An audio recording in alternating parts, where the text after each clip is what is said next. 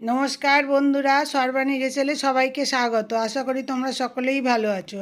আমি আবার আজকে এসে গেছি একটা সম্পূর্ণ নিরামিষ রেসিপি নিয়ে। পনিরের রেসিপি নিয়ে এসেছি। দেখো, আমি 250 গ্রাম পনির নিয়েছি, 2টো টমেটো, 2টো কাঁচা লঙ্কা, 2 ইঞ্চি আদা, 1 মুঠো কাজু আর 1 চামচ চাল মগজ। এগুলো আমি গরম জলে ভিজিয়ে রেখেছি, ওগুলো একসাথে বেটে নেব বলে। এবার কড়াইয়ে খানিকটা সাদা তেল দিয়েছি, তার মধ্যে 2 চামচে আমি ঘি দিলাম। এটা শুধু ঘি দিয়েও করা যায়, আবার শুধু সাদা তেল দিয়েও করা যায়, কিন্তু আমি 2 রকম মিশিয়ে দিলাম, তাহলে টেস্টটা আরেকটু ভালো আসবে বলে। এবার পনিরগুলো কিউব করে কেটে নিয়েছি, নিয়ে আমি একটুখানি হালকা করে ভেজে নেব। কাঁচা পনিরও এতে দেয়া যায়, কিন্তু ভেজে নিলে টেস্টটা আরেকটু সুন্দর আসবে এই জন্যে। আর এটা তুমি আগে ইচ্ছা করলে মাখিয়ে নিতে পারো, আমি আগে ইচ্ছা করে মাখাইনি। ঘিয়ের মধ্যে দিয়ে দিলাম, তেল ঘি এর মধ্যে দিয়ে তারপর অল্প লবণ আর গোলমরিচ দিয়ে আমি এটাকে হালকা করে ভেজে নেব। এবার খুন্তি দিয়েই ওটা মাখানো হয়ে যাবে। পনিরগুলো একটু বেশ স্বাদ হবে বলে এইরকম করে আমি পনিরগুলো ভেজে নেব। পনিরগুলো ভাজা হয়ে গেলে আমি এবার তুলে নেব, নিয়ে ওই তেলের মধ্যেই আমি রান্নাটা করব। এবার আমি মশলাটা এবার মিক্সিতে বেটে নেব। তার জন্য আমি আদাটা দিচ্ছি, 2টো কাঁচা লঙ্কা আর 2টো টমেটো। আমি এটা আর তার মধ্যে কাজু বাদাম দেবো আর চাল মগজটা দেবো। এগুলো একটু ভিজিয়ে রেখেছি যাতে ভালো মতো ওটা পেস্ট হয়ে যায়, ওই জন্যে। আমি অল্প জল দিয়ে ভিজিয়েছি বলে একটু জলটাও দিয়ে দিলাম।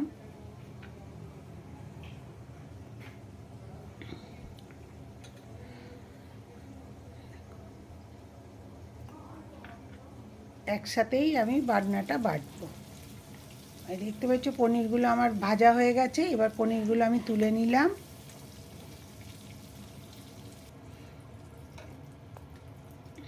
এবার ওই তেলে এবার আমি ফোড়নের মশলাগুলো দিচ্ছি। একটা তেজপাতা, একটা শুকনো লঙ্কা, ডালচিনি একটু, হাফ চামচ সাদা জিরে আর গরম মশলা দিচ্ছি, একটু জয়িত্রী দিচ্ছি, হাফ জয়িত্রীর ফুল দিয়েছি।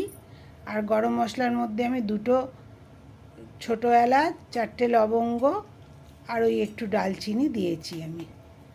এইটা ফোড়নের মশলা হলো।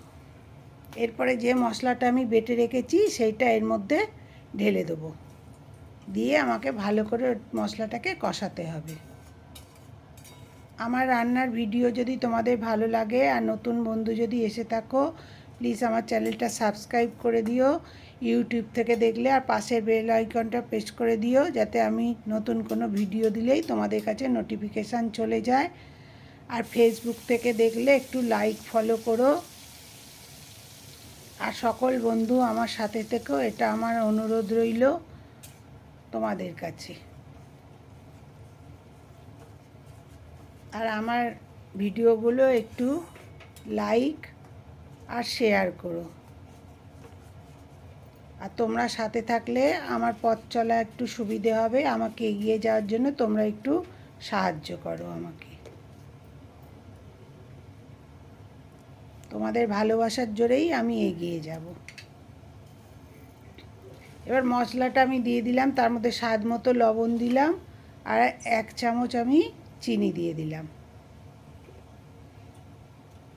আর এবার একটু অল্প হলুদ দেব, পনিরে বেশি হলুদ লাগে না অত, একটু অল্প হলুদ দিলাম। আর একটু রং হওয়ার জন্য একটু কাশ্মীরি লঙ্কা গুঁড়োও দেবো একটু। এর আগেরও আমার পনিরের রেসিপি আছে আমার ভিডিওতে, না দেখলে দেখে নিতে পারো। এবার এই মশলাটাকে ভালো করে বেশ তেল ছাড়া অবধি ভাজা ভাজা করতে হবে। দেখতে পাচ্ছ কীরকম তেল ছেড়ে যাচ্ছে, মশলাটা দানা দানা মতো হয়ে যাচ্ছে, তেল ছেড়ে গেছে।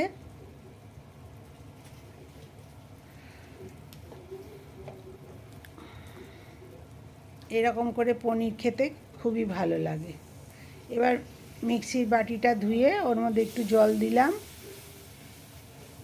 দিয়ে মশলাটা আবার একটু আমি নেড়ে নেব ভালো করে। আর এতে যেহেতু কাজু বাদাম চালমগজ এইসব দেওয়া আছে, এটা একটু ভালো করে নেড়ে নেড়েই করতে হবে, নাহলে কলার তলায় আটকে যাবে, পুড়ে যাওয়ার ভয় থাকে। মশলা থেকে ভালো মতো তেল ছেড়ে গেছে। এবার আমি এটা পুরো অপশনাল, আমার কাছে ছিল তাই জন্যেই আমি এক মুঠো মটরশুঁটি দিলাম এর মধ্যে।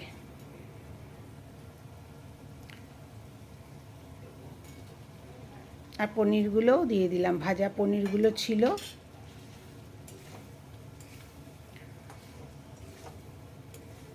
পনিরগুলোর মধ্যে দিয়ে একটু নাড়াচাড়া করে তারপরে আমি জল দিয়ে দেবো ওর মধ্যে। যেটুকুনি গ্রেভির দরকার সেই অনুযায়ী জল দিতে হবে। এটা তো বেশি ঝোল হবে না, গ্রেভি হবে। এরকম করে পনির রান্না করে লুচি পরোটার সাথে, তারপরে ধরো নিরামিষ দিলে কোনো পোলাও করলে পোলাওয়ের সাথে, এইসবের সাথে খেতে খুবই ভালো লাগবে।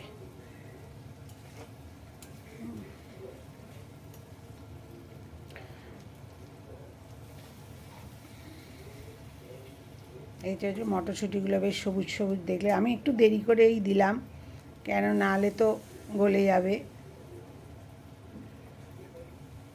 এবার আমার যেটুকুনি গ্রেভির দরকার আমি সেই অনুযায়ী ওতে জল দিচ্ছি।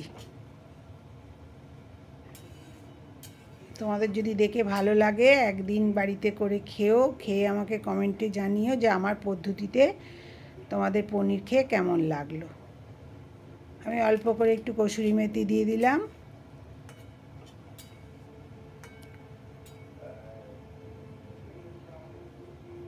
আর এটা তো বেশিক্ষণ ফুটতে লাগবে না, অল্প টাইমের মধ্যে খুব চটজলদি হয়ে যায় পনির রান্না করা। এর মধ্যে এবার আমি 2 চামচ ফ্রেশ ক্রিম দেব।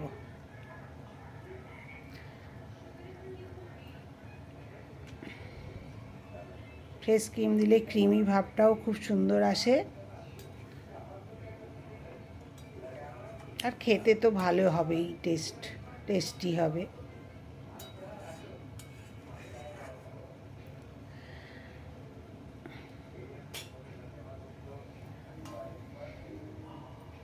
একটু ঢাকা দিয়ে একটু ভালো মতো ফুটে গেলেই আমি পনিরটা নামিয়ে নেব। তাহলেই আমার পনির রান্না কমপ্লিট হয়ে যাবে। এবার নামাবার আগে আমি একটু খালি গরম মশলা দেবো, কারণ আগে আমি 2 চামচে ঘি দিয়েছি, আর নামাবার আগে ঘি মাখন কিছুই দেবো না এতে আমি। 2 চামচে অল্প করে একটু গরম মশলা দিয়ে দিয়েছি, দিয়ে এবার আমি গ্যাসটা অফ করে দেবো।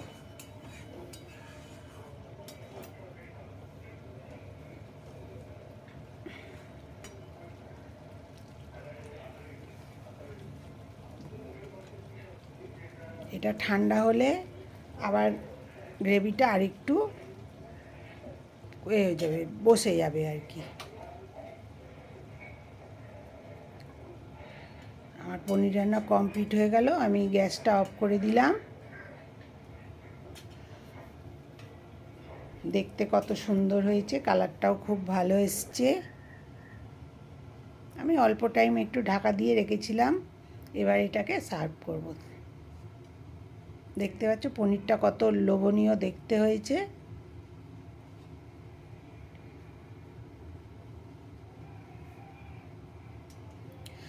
আমার ভিডিও দেখার জন্য তোমাদের সকলকে ধন্যবাদ। সকলে ভালো থেকো। আবার আমি হাজির হয়ে যাব নতুন কোনো ভিডিও নিয়ে, তখন তোমাদের সাথে আবার আমার কথা হবে।